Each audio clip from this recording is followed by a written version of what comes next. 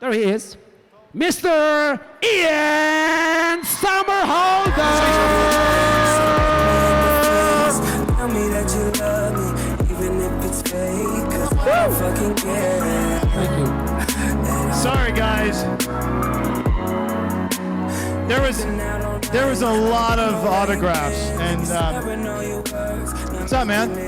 Very good. How are you, brother? Nice to have you here. There was a lot of autographs, and I want to make sure that when I see you, or that I get enough time to spend with you. So it's more important for me to be able to connect with you individually. So I'm sorry the panel will be shorter. Tomorrow, Paul and I will be here, and I'll do a full length panel. No, I'm saying we're going to do it now, and then I'll have another one tomorrow. But when I was sitting there signing autographs, I had to hear Paul, and I just wanted to be on stage with Paul. All right. It's very wild to hear all these stories and remember all these stories. It's like, what a crazy life. Okay, so for me, there's only one question, because you have plenty of fans who want to ask their own. But my first, and the last actually, is about Lost. And your being in this show in the first season. Right. What's your memories from it? I mean, I have the most amazing memories from Lost.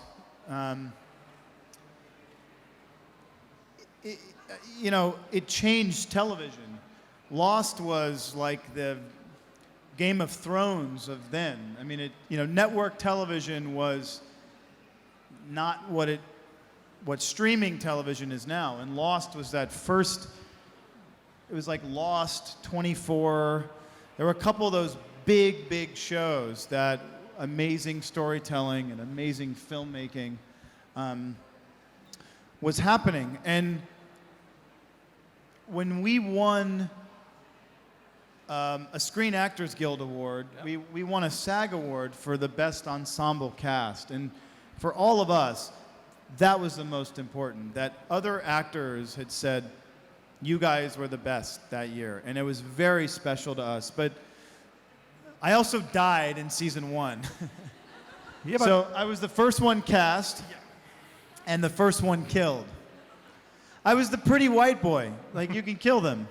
Yeah, but you can say for all eternity, you're the first person on Lost cast. That was a very cool thing. And when we were finishing season 1 of Vampire Diaries, we were shooting the last episode of Vampire Diaries, and they were shooting the last episode of Lost. Yep. And I was there, and I was on the Vampire Diaries set. I got on a Delta flight, flew to Hawaii, landed. I did like wardrobe fitting, and then later that night, I was shooting till 5 in the morning. I had like lunch with Matt Fox, and I saw Josh and my friends. And then I shot till 5 that morning, got on another plane, flew back to Atlanta, landed, and went straight back to work on Vampire Diaries. That's And commitment. It was insane, but it was very special. And then I realized after shooting the last episode of Vampire Diaries that I wasn't being killed. So I made it through one season. And then the season 2, at the end, I thought, I'm surely going to die now. And I made it through a second season, and then a third, and a fourth, and a fifth, and a sixth, and all the way up to 8. Shit, I didn't know. All right, let's start with the questions. Who's Yeah. going first? Hey, it's very wonderful to be here with you guys. You guys have been so amazing. So, thank you. Hi. Hi. First of all, I wanted to say that I love you so much, and I'm so happy that I can finally meet you. And my question is, do you remember your first day on set of The Vampire Diaries? The first what? The first day on the set of The Vampire Diaries. Did you enjoy it, or was it stressful? It was amazing. No, there's no stress. I mean, shooting a television, producing is stressful. Being an actor on a hit television show is not stressful. It's hard work, but yeah, so the first day, and I've told this story many times. I don't know if you've ever heard it on social media or seen it on YouTube or something, but the first day of, can you guys hear me over there? You're good? What about back there? Can you hear me? You're good? The first day of Vampire Diaries, I decided to play a prank on Paul Wesley. And I got there just a little bit, like 2 hours before him. And I went into his trailer, and I took saran wrap, the plastic food wrap, and I put it over his toilet. But perfectly. Like, I looked from every angle, and you couldn't see a reflection. I mean, it was literally, like, perfect. And it was July in Atlanta, which means it was like 95 degrees. So in Celsius, that's like 38 degrees at like 10 in the morning. It was hot, right? And I turned the heater on. And so I was thinking that Stefan, is gonna show up. He's gonna like need to use the bathroom in the morning. He's gonna sit on the toilet and get a big fucking surprise. And then I thought, no. This guy and I might spend, Paul and I might spend the next 5 years together. I didn't know it was gonna be 8 years, now 10 years. Yep, 10 years. So I went into his trailer and I pulled it off and I turned the air conditioner back on. And then he pulled up. Paul likes to drive very fast. And that was, the rest is history. I just thought, I don't know if I want to start my relationship with this guy, Paul Wesley, like this. Now I regret it. I should have done it. But it's a great story. It was funny. Okay, thank you. Thank you. It's good to see you. Thank you. It's good to see you too. Thank you. Hi. I say hi from all the Spanish fans that can be here today. And I wanted to ask, if you could change one thing that you have done in the past, would you do it? If I could change what? One thing you did in the past about anything. Would you change If I it? could change one thing I did in the past? You said or did in the past. Would you change it? I mean, honestly, there are a few things, maybe, I can't discuss them here, but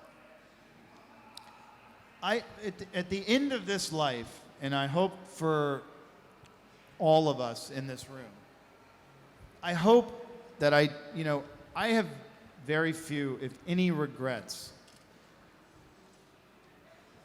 If you are kind to those, if you're kind to people, no matter how stressed or sad you are, if you worked hard, you were good to your friends and your family and the planet and the animals around you, at the end of this journey, of however long it's going to be,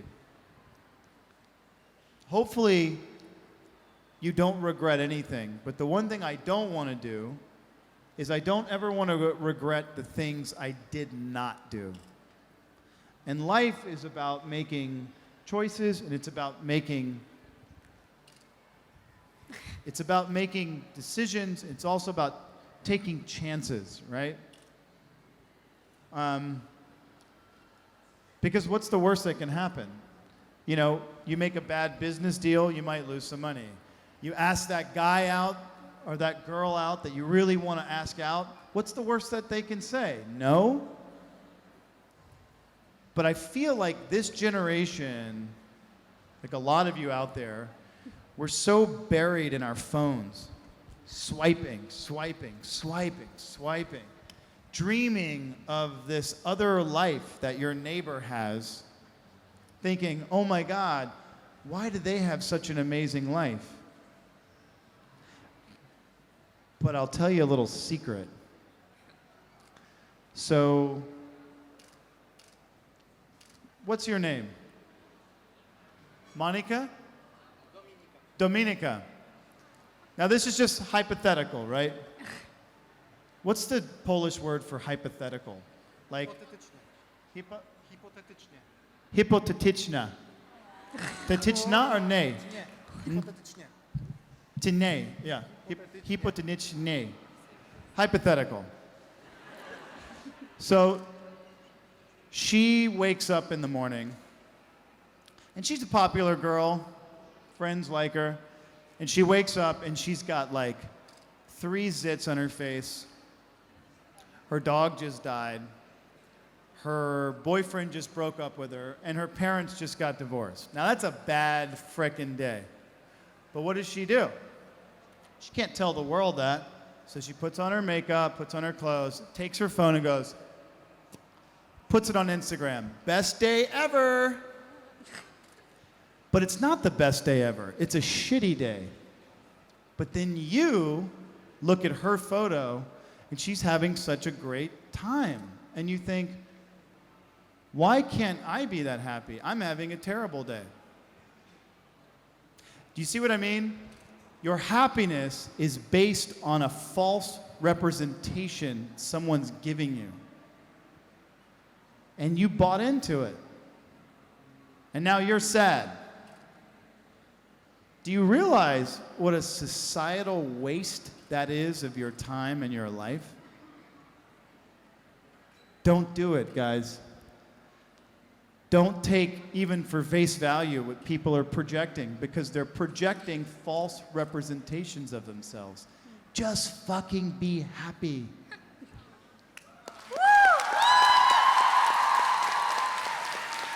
Just be happy. Do you know what I mean? It's that simple. Because I'll tell you, I'm 40 years old now. Guess what? This shit goes fast, man. I swear to you, like 3 years ago, I was 20 years old and running around Paris and being like a young model and studying acting. And now I'm like a 40-year-old dad. And it's the most amazing journey and amazing, but I will tell you, it goes like this. So this generation has a little thing called Instagram or Snapchat or whatever you are doing. Don't buy into it. Seriously. Thank you so much. And my Spanish mate asked me just one favor, is to shake your hand in the name. Just to shake your hand in the Spanish. In the what? To go here and shake your hand.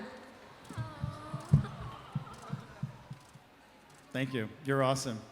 Muchas gracias, hermana. I'll see you in Barcelona. And just like that. Not this year. And just like that, our time in panel is over. We have time only for one question. Oh shit, go. Never mind, that was important. Hi. Tell me. So, what was your first impression when you came to Poland? Like, would you ever consider coming back here? Maybe next Comic Con or something? I haven't been here in about 10 years. And then before that, I was here about 15 years ago. I love this place. The people here, obviously, you know, Paul Wesley's like my family, and his family is like my family. So I've spent 8 years around a man who is Polish, who has taught me so much about Polish history, Polish food, Polish language, although I only know the really bad words, like stuff that you guys would never even talk to me again, and shit I might get arrested for. But I've learned so much, and there was a time period when I spent a lot of time in Eastern Europe. 2005, 2006, 2007, which was a long time ago now, but I spent a lot of time in the Czech Republic, or in Prague, in Bucharest, Romania, and in Warsaw. And it was really an amazing transformation of this area of the world at that time. And I'm glad I got to see it then. It was very powerful. And I'm amazed to see it now. But what a beautiful home you have.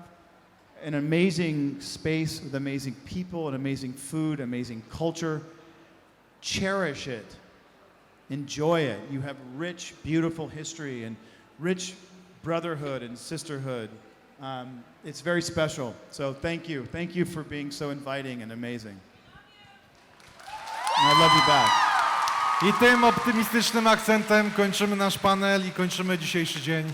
Zapraszamy jeszcze I'm na so sorry zdjęcia. that I got stuck and I don't get more time with you guys, but I will say tomorrow we'll have another really great panel and hopefully I get to spend some time with Paul. But thank you, thank you, thank you from the bottom of my heart for being so welcoming and so amazing.